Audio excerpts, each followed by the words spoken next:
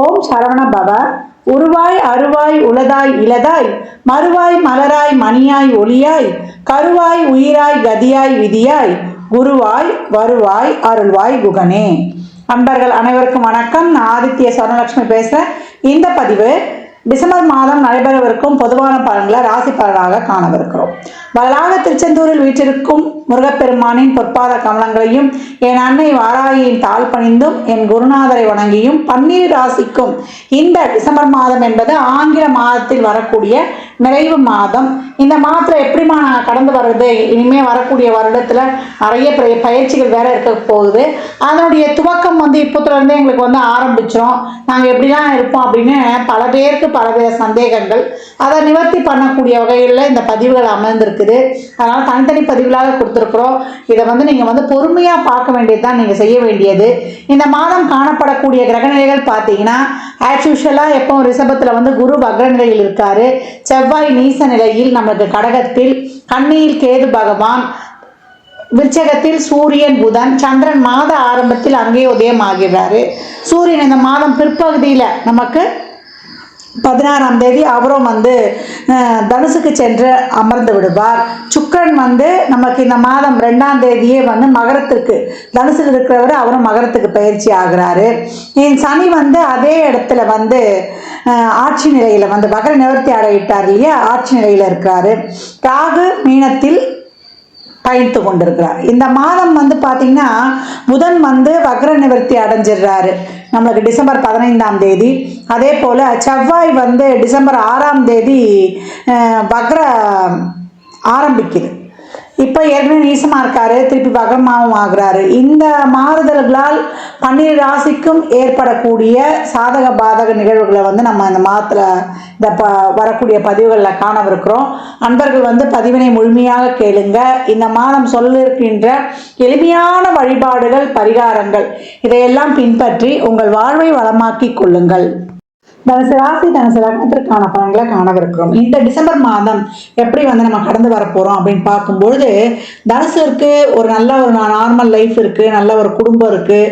நமக்கு ஒரு பொருளாதார வருவாய் நார்மலாக இருந்ததுன்னா அதை அப்படியே நீங்கள் கடந்து வந்துடலாம். உங்களுக்கு இந்த மாதம் என்ன இருக்குது அப்படின்னு பார்த்தீங்கன்னா, ராசி அதிபதி நமக்கு 6ல் இருக்கிறாரு. 12ல் சூரியன் புதன் சந்திரன், இந்த 3 கிரக கூட்டணி. சூரியன் அதுக்கப்புறம் ராசிக்கு வந்துடுவார் மார்கழி மாதம். இந்த மாதம் பார்த்தீங்கன்னா உங்களுக்கு 2ல் சுக்கிரன் இருந்தாலும் கூட மணி ஃப்ளோ நல்லா இருக்கும். உங்களுக்கு தேவைகளை எப்படி இருந்தாவது ஏதாவது ஒரு வருவாய் மூலம் நீங்கள் பூர்த்தி செய்து கொள்வீங்க. தொழில் செய்கிற இடங்களில், வேலை செய்கிற இடங்களில் யார் நண்பர் யார் பகைவர்னு நம்மளால் பிரித்து முடியாத நிலையாக இருக்கும். அதனால் இந்த காலகட்டம் எல்லா விஷயங்கள்லையும் கொஞ்சம் கவனத்துடன் கடந்து விடுவது ரொம்ப சிறப்பு. தொழிலில் ஏற்படக்கூடிய மாற்றங்கள் எல்லாம் தாராளமாக எடுத்துக்கோங்க. அதெல்லாம் உங்களுக்கு நல்ல மாற்றங்களாகவே இருக்கும். ஏன்னா கிட்ட இருந்து முட்டை பகையாகிறதோட கொஞ்சம் தள்ளி போவது ரொம்ப சிறப்பு அப்படின்னு சொல்லலாம்.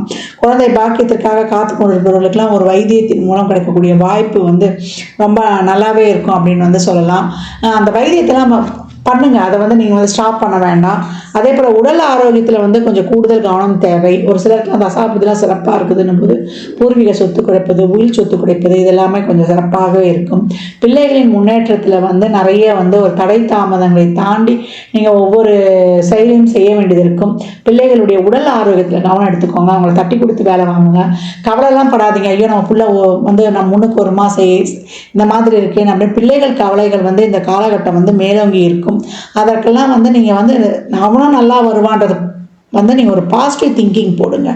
நீங்கள் உங்கள் கடமையை செய்துட்டு, ஏன்னா என்றைக்குமே வீட்டில் இருக்கிற பசங்க நம்ம சொல்கிறது கேட்குறத விட அவங்க அனுபவம் பட்டு வரும்போது அது உங்களுக்கு சிறப்பாகவே அவங்களே உணர்ந்து வரும்போது அது ஒரு தெளிவு நல்லா அவங்களுக்கு கிடைக்கும்.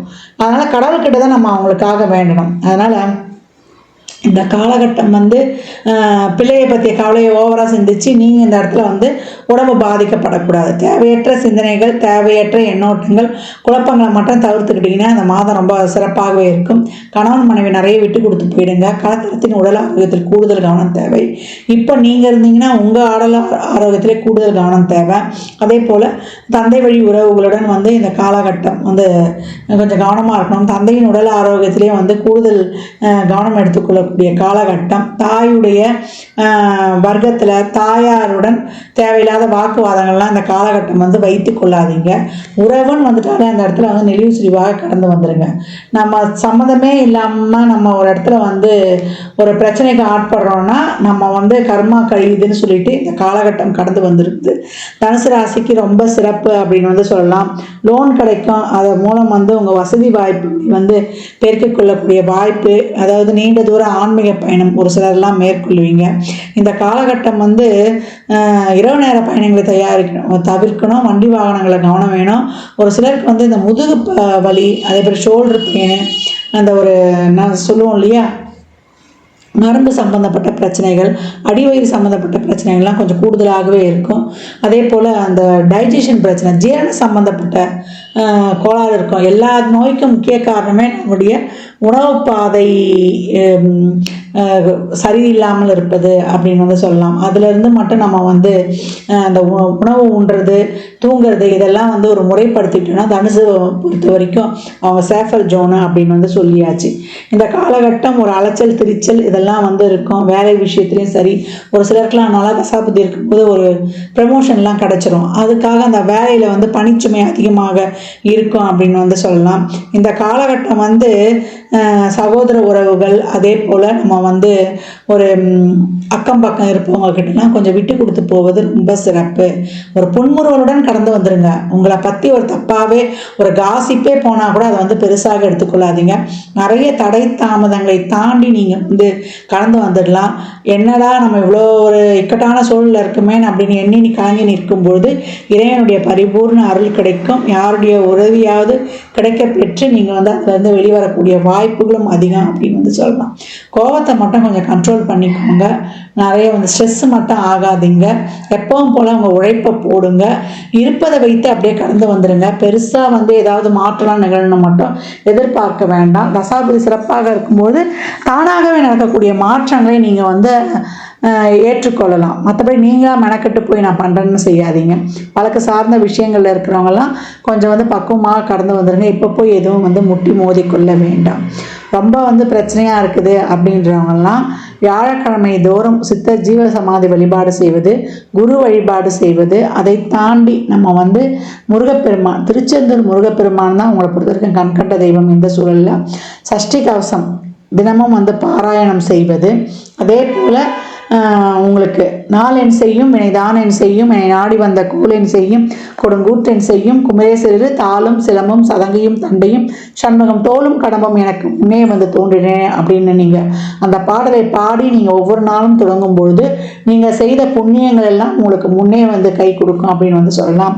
தனுசு இது சாதாரண தனுசு கிடையாது, சிவதனுசு. எப்பேற்பட்ட சூழலிலும் நீங்கள் வந்து கடந்து வரக்கூடிய ஒரு அருமையான ஒரு மன வலிமையும் அறிவு கூர்மையும் பெற்றவர் நீங்கள். அதனால் உங்களை பார்த்து நீங்கள் இருந்தாலே நீங்கள் இருக்கிற இடத்துல உங்களை பார்த்து எல்லாருமே வந்து ஒரு காதில் புகை வரும்னு சொல்லுவோம் இல்லையா, பொறாமை கொள்ளும் அளவுக்கு தான் நீங்கள் வந்து ஒரு எல்லா வகையிலையும் தனி சிறப்பு பெற்று விளங்குவீங்க.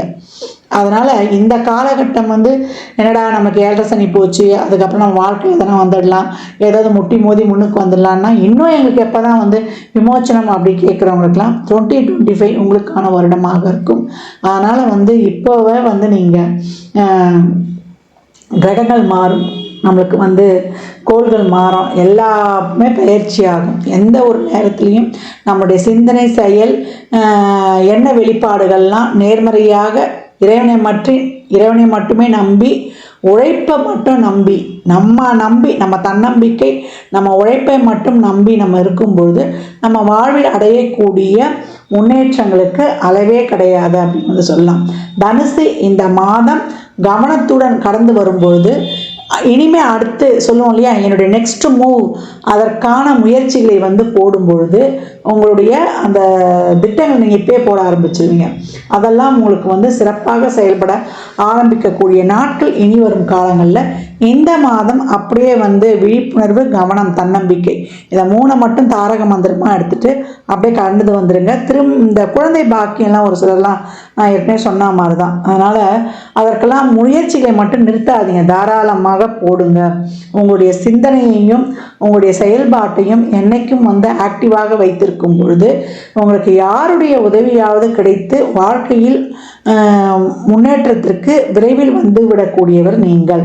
இந்த பலன்கள்லாம் கோள்களின் கோச்சார நகர்வு வைத்து சொல்லப்பட்டிருக்கு. உங்கள் சுய ஜாதகத்தில் இப்போ என்ன தசாபுதி நடக்குது, அது எதற்காக உங்களுக்கு ஊக்கப்படுத்துது, அது திருமணம், குழந்தை பாக்கியத்திற்கா இல்லை பொருளாதார முன்னேற்றத்திற்கா என்பதெல்லாம் உங்கள் சுய ஜாதகத்தை ஆய்வு செய்வதன் மூலம் மட்டுமே நாம் தெள்ள தெளிவாக அறிந்து கொள்ள முடியும்.